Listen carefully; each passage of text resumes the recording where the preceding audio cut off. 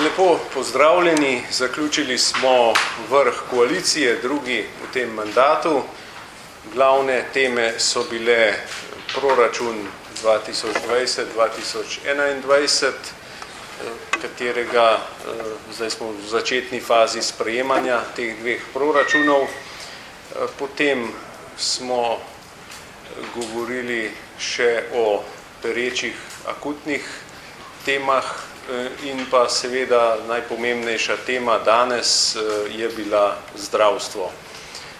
Tam nam je minister predstavil trenutno stanje, predstavil je stanje na vseh področjih, kje smo, kje se nahajamo.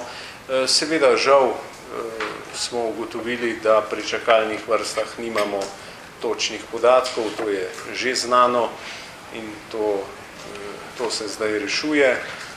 Govorili smo pa seveda tudi še ministrica za kmetijstvo je tudi predstavila interventni zakon, glede na to, da se je populacija zveri precej namnožila in že ogroža normalno življenje.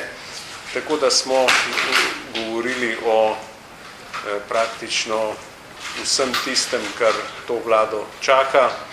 Zlasti pa, kot sem rekel, je to proračun 2020-2021, kjer je okvir določen, Ministrstvo za finance je to že pred časom določilo, Državni zbor je ta predmetni okvir tudi sprejel in zdaj je treba znotraj tega okvirja pa seveda denar razporediti po posameznih resorjih. Je pa minister za finance, in tukaj se z njim tudi strinjam, izrazil pričakovanje, da bodo vsa ministrstva tudi našla notranje rezerve oziroma da bodo predstavili tudi tako imenovane strukturne ukrepe,